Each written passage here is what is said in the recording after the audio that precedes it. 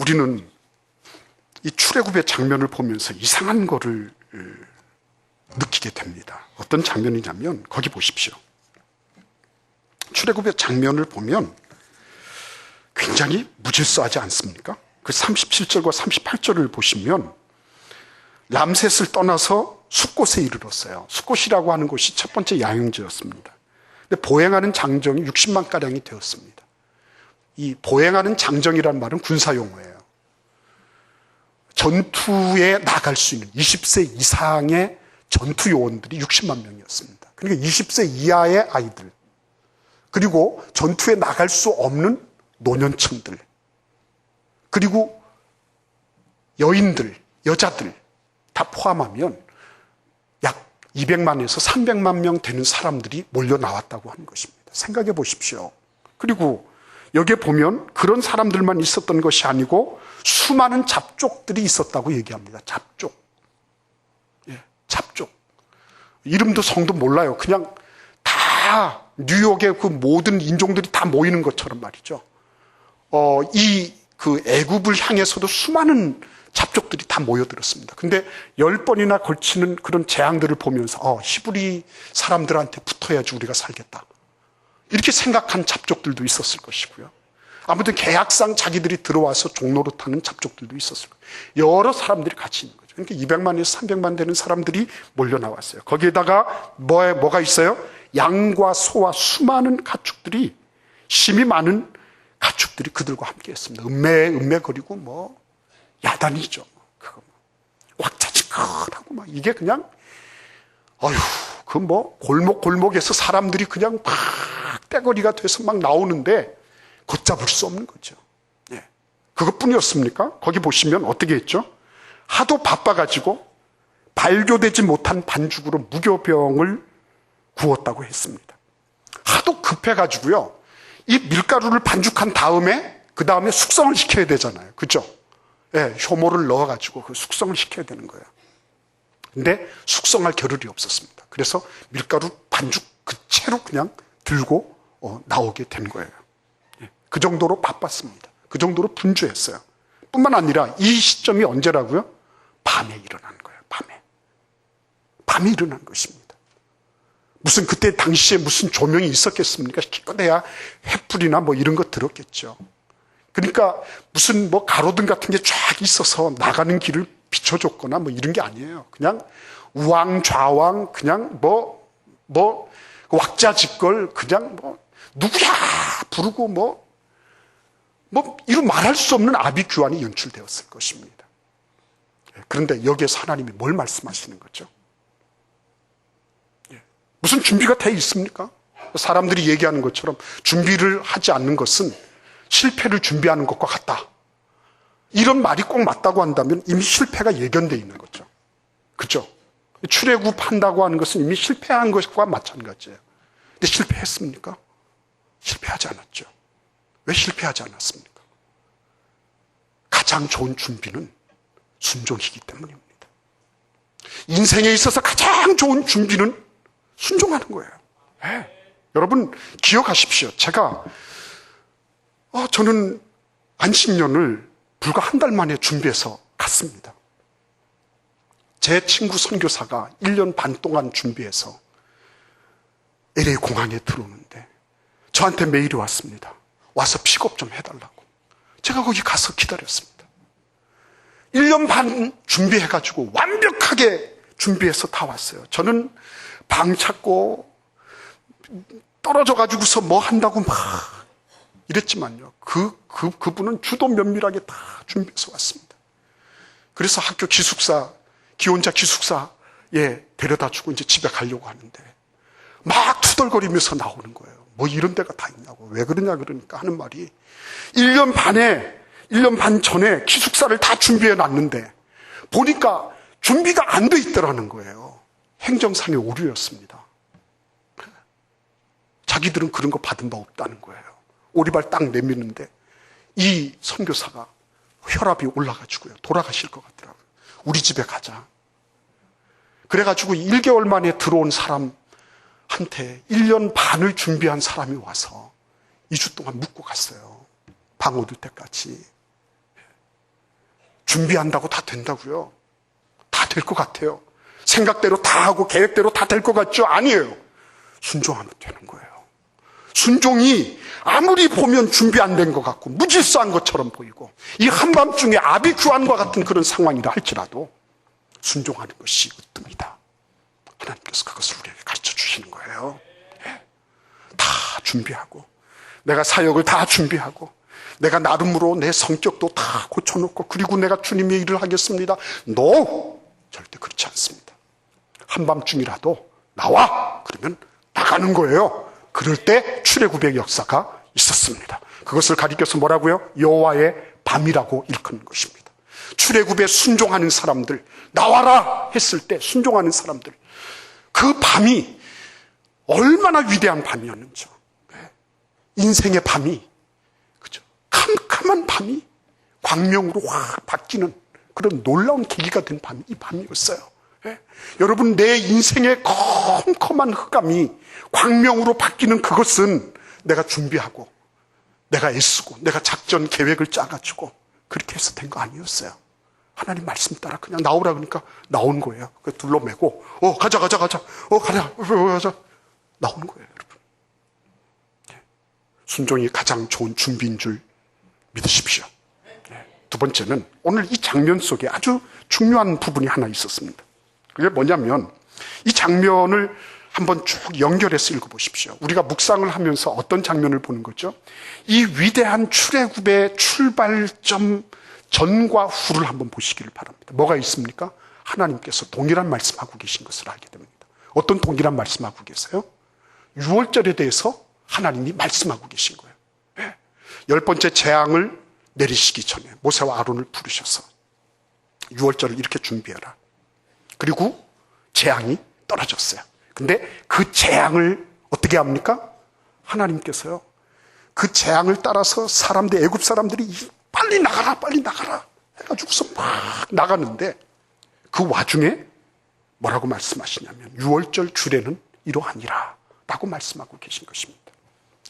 여러분, 이 출애굽의 역사는 결국 말씀의 역사였습니다. 태초에 말씀이 계시니라. 말씀이 하나님과 함께 계셨으니 이 말씀은 곧 하나님이시니라. 말씀이 먼저 있고 그 다음에 일이 일어나는 거예요. 출애굽할 때 보면 모든 일의 최선두에는 말씀이 먼저 있었습니다. 말씀 묵상하는 게 무슨 유행이라고요? 아닙니다. 그 무슨 운동입니까? 한때 한번 운동하고 마는 것입니까? 천만의 말씀입니다. 우리 교회만 하는 것입니까? 아닙니다. 할아버지 할머니만 하는 겁니까? 아닙니다. 어린아이까지도 안. 왜요? 모든 것에 하나님이 일하시기 전에는 항상 먼저 말씀이 먼저 왔어요. 말씀이 먼저 오고 그리고 난 다음에 하나님은 일을 행하시더라고요. 여러분, 오늘 그 말씀 보시겠습니까? 사도행전 1장 16절, 25, 26절 말씀 보십시오. 한번 같이 읽어보겠습니다. 형제들아, 성령이 다윗의 입을 통하여 예수 잡는 자들의 길잡이가 된 유다를 가리켜 미리 말씀하신 성경이 응하였으니 마땅하도다. 봉사와 및 사도의 직무를 대신할 자인지를 보이시옵소서. 유다는 이 직무를 버리고 제 곳으로 갔나이다 하고 제비 뽑아 맏디아를 얻으니 그가 11사도의 수에 들어가니라. 아멘. 하나님은 일하시기 전에 말씀을 통하여 재정비하시는 거예요. 말씀을 통하여 재정비하십니다. 여러분, 내가 정비하겠다고 생각하지 마세요. 말씀이 나에게 먼저 와서 하나님의 음성을 듣고 하나님께서 나에게 내가 어떤 부분에 아픔이 있는지, 어떤 부분에 구멍이 생겼는지, 내가 어떤 부분에서 출애굽하고 있지 못한지를 하나님이 말씀으로 증거해 주실 거예요. 그때 그 말씀을 받으면 되는 겁니다. 위대한 오순절 성령 사건 이전에 하나님이 하신 일이 이거였습니다. 뭐라고 말씀하셨어요? 가룟 유다가 결국은 다윗의 입을 통하여 말씀하신 것처럼 가룟 유다가 결국은 예수님을 등졌다. 그래서 거기 보시면 유다는 이 직무를 버리고 제 곳으로 갔습니다. 그래서 맏디아를 제비 뽑아가지고 얻습니다. 무슨 말씀하는 거죠? 하나님은 일을 행하시기 전에 말씀을 통하여 재정비하시는 겁니다. 전열을 정비하고 계신 것입니다. 출애굽하기 전에 6월절의 규례를 정하시고 출애굽하는 와중에도 유월절에 대한 말씀을 계속하고 계신 것처럼 우리의 삶 속에도 그러한 역사가 있기를 원하고 계신 거예요. 그래서 우리가 매일마다 말씀을 묵상하는 거예요. 그래서 우리가 말씀을 오늘도 하나님께서 나에게 무엇을 말씀하기를 원하시는지 이것을 듣기를 원하는 것입니다. 그래서 여러분, 이 일들 속에 도대체 유월절을 왜 그렇게 강조하셨는지 우리가 한번 살펴볼 필요가 있는 것입니다. 이 유월절을 강조하실 때 하나님은 이 유월절의 말씀을 모세와 아론에게만 하신 것이 아니었어요. 장로들을 불러 모아서 이스라엘 모든 장로를 불러서 이 말씀을 다시 리사이트하게 하셨어요. 다시 이 말씀을 되새김하게 하시고 다시 되풀이하게 하셨어요. 그리고 이 말씀을 온 백성들이 듣게 하셨습니다. 이건 굉장히 중요한 일이었습니다. 맨 먼저 이 유월절의 사역을 통해서 하나님은 역사적으로 이스라엘 백성들이 자기가 누구인지를 알게 해주셨어요. 신명기 말씀 25장 6절에 보시면 26장 5절에서 9절까지를 보시면 이렇게 말씀하고 있습니다. 한번 잘 들어보시기를 바랍니다. 너는 또 내 하나님 여호와 앞에 아뢰기를 내 조상은 방랑하는 아람 사람으로서, 이 아브라함 이후로 말이죠, 방랑하는 아람 사람이었다는 거예요.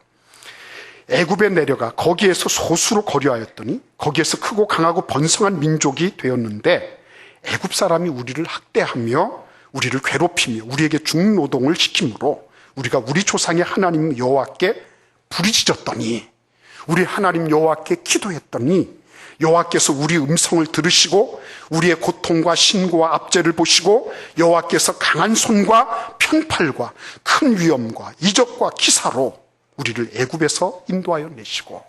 여러분 가만히 한번 보세요. 누가요? 여호와께서 음성을 들으시고 우리의 고통과 신고와 압제를 보시고 여호와께서 강한 손과 편팔과 큰 위엄과 기적과 이적으로 우리를 인도하여 내셨다.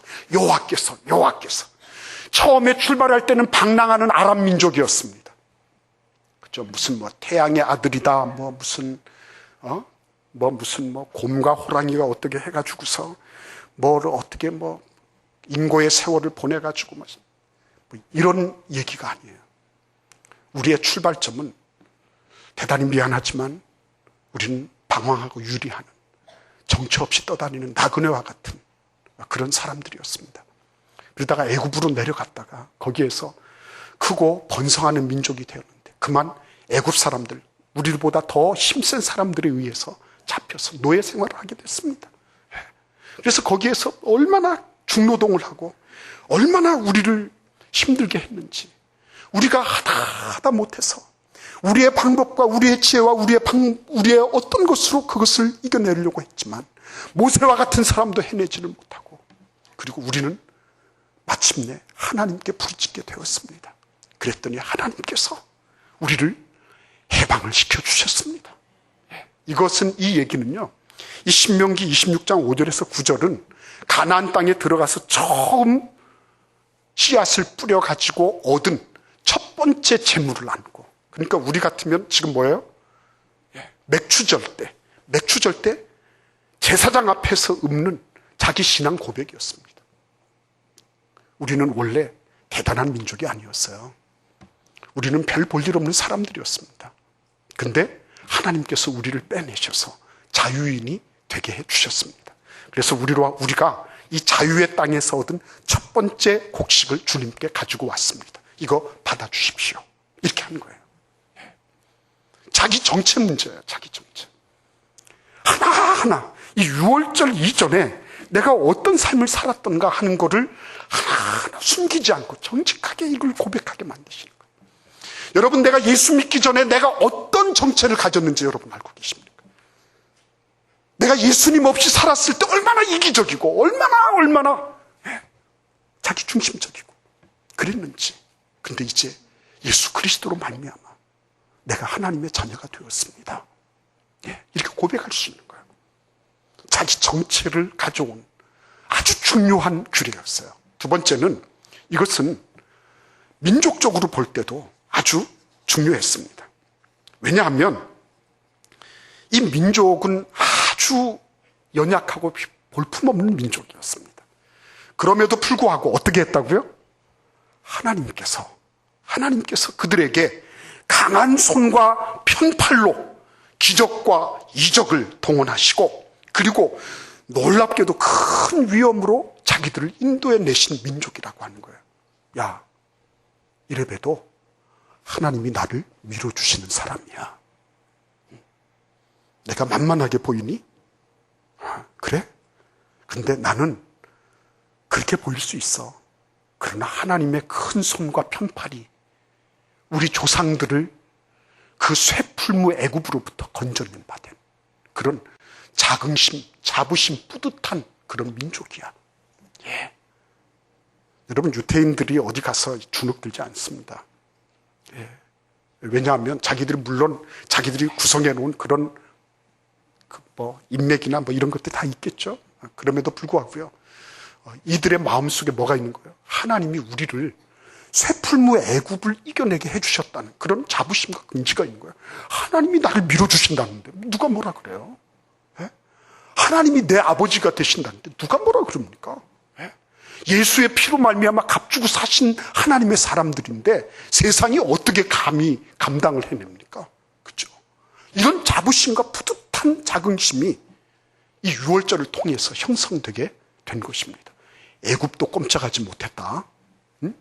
그때 당시, 지금으로부터 3,500년 전에 그 높이가 100m가 넘는 피라미드를 몇 톤짜리 바위를 깎아가지고 차곡차곡 올렸던 그 지금도 불가사의한 그러한 최첨단 문명, 수학과 물리와 이 모든 것들이 최고로 앞서갔던 그 애굽 사람들의 모든 쇠사슬을 끊고 그리고 독립했던 사람들이다.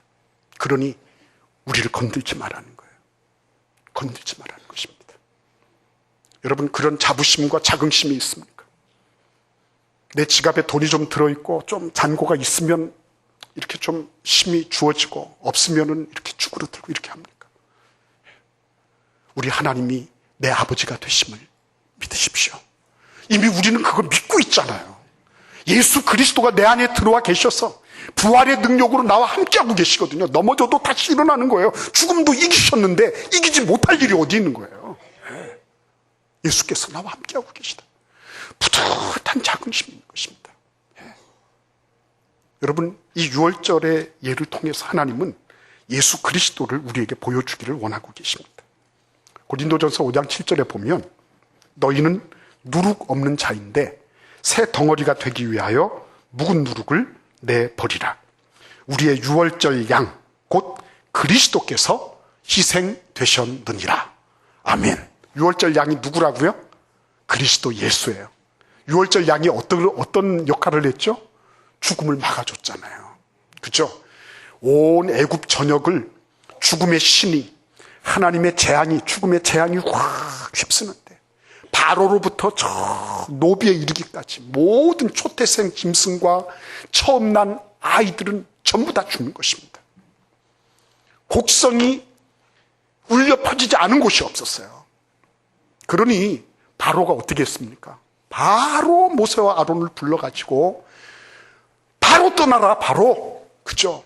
바로 떠나라. 더 이상 우리한테 있으려고 하지 마라. 제발 좀 떠나라 말이죠. 떠나라. 그렇게 할 정도였어요. 근데 그 어마어마한 그 재앙이 어린 양의 피를 문 설주와 문 임방에 바른 집은 다 넘어갔다는 거예요. 그 집이 잘 배웠는지 못 배웠는지 묻지 않아요. 그 집의 인격이 얼마나 고매하고 얼마나 덜한지 그건 묻지 않습니다. 그 집이 얼마나 잘생겼는지 어떤지 묻지 않아요. 피가 묻어 있으면 넘어가는 거예요. 유월절 하는 거예요. 패스오브 하는 것입니다. 그래서 무슨 일이 생긴 것입니까? 그래서 일어난 일이 뭐죠? 어린 양 예수 그리스도가 이스라엘 사람들의 그 장자의 죽음을 대신한 것입니다. 어린 양 되신 예수 그리스도가 대신해서 죽으신 거예요. 오늘날 우리가 죽어야 될 그 죽음을 예수 그리스도가 대신해서 죽으시고 그리고 우리를 그 어마무시한 죽음의 재앙으로부터 건져내신 거예요. 그러니 이것처럼 강력한 힘이 어디에 있는 것입니까? 이것처럼 위대한 힘이 어디 있는 것이에요? 그렇죠? 어린 양 예수 그리스도를 우리가 높여드리고 그분을 찬송하는 것, 우리가 저 천국에서도 희생당하신 어린 양을 우러러보며 그분께 경배하는 까닭은 어디에 있는 것입니까? 우리가 바로 그분으로 말미암아 생명을 얻었기 때문에, 영원한 생명을 그분으로 말미암아 얻었기 때문에. 그렇죠? 그래서 여러분 항상 그랬어요. 하나님께서 모세와 아론을 불러서 모든 장로들을 모아라, 그리고 이스라엘 백성들에게 이것을 하달해라, 이렇게 하셨습니다. 저 수문 앞 광장에서 에스라 제사장과 학사인 에스라가 모든 백성들, 알아들을 만한 모든 백성들을 다 모아놓고 하나님의 율법책을 읽고 그리고 깨닫게 해주었습니다. 그리고 난 다음에 무슨 일이 있었습니까? 대대적인 그런 느헤미야의 그 성벽이 중건되는, 그런 예루살렘의 성벽이 중건되는 그런 놀라운 축복이 있었어요. 미스바에서도 역시 마찬가지였어요. 블레셋이 막 공격해 들어오는데 그럼에도 불구하고 하나님 앞에 엎드려서 온 백성들이 모여가지고 기도했습니다. 기도했는데 그 결과는 뭐였습니까? 에벤에셀의 하나님을 만나게 된 거예요. 여기까지 하나님 도우시는 거예요. 또 모여서 또 기도하면 또 여기까지 하나님이 도우시는 거예요. 계속해서 에벤에셀의 하나님은 변함이 없으신 거예요. 모여서 기도하면 하나님이 그렇게 해주시는 거예요. 도우시는 거예요. 여기까지 우리를 도우셨도다. 그렇죠? 모여서 하나님 앞에 기도하면 그런 역사가 있더라고요. 심지어는 느느웨 같은 곳도 마찬가지예요. 니느웨가 얼마나 큰 성인데요. 살 길이나 되는 큰 성인데도 불구하고 하루길쯤 가면서 회개하라 회개하라 그랬어요. 요나가 목소리가 안 나오거든요. 회개하라 회개하라 이러고 다녔습니다. 그런데 왕으로부터 어린 아이에 이르기까지 다 베옷을 입고 하나님 앞에 회개했어요. 대대적인 부흥운동이 일어났습니다. 결과는 뭐였어요? 하나님께서 뜻을 돌이키시고 재앙을 내리지 않으셨어요. 그렇죠? 여러분, 이 6월절의 이 사건이 지금도 계속적으로 유대인들에게는 계속 이어지고 있는 현재적인 사건이에요. 지금도 하나님의 관점으로 보면 1000년, 2000년, 3000년도 눈 깜짝할 새에 지나간 거예요. 어저께 바로 조금 전에 있었던 일이에요. 이거는 현재적인 사건이에요. 우리의 삶 속에 그것이 영적인 것이든지 육적인 것이든지 물질적인 것이든지 관계적인 것이든지 하나님의 말씀 앞에 굴복하고 주님의 말씀 따라 순종하면 우리에게 놀라운 출애굽의 역사가 있음을 하나님께서 말씀해 주고 계신 거예요. 그래서 여러분 이거를 그냥 내버려 두지 말자고요. 주님, 우리도 같이 모여서 정말 모든 사역자들이 하나님 앞에 모여가지고 우리가 한 400명 됩니다. 하나님 앞에 모여서 정말 주님 앞에 뜨겁게 기도하고 한 해 동안에 하나님이 행하실 일들에 대한 기대와 소망과 목표를 분명히 하고 그리고 나아가자는 거예요. 그렇게 할 때 하나님께서 놀라운 축복, 미스바에서 있었던 일들, 그리고 수문 앞 광장에서 있었던 그런 일들이 우리 교회에도 일어나게 하실 줄 믿습니다. 우리 가정에도 일어나게 하실 줄 믿습니다. 우리 개개인의 삶의 출애굽의 역사가 있게 하실 줄 믿습니다. 우리 같이 기도하겠습니다.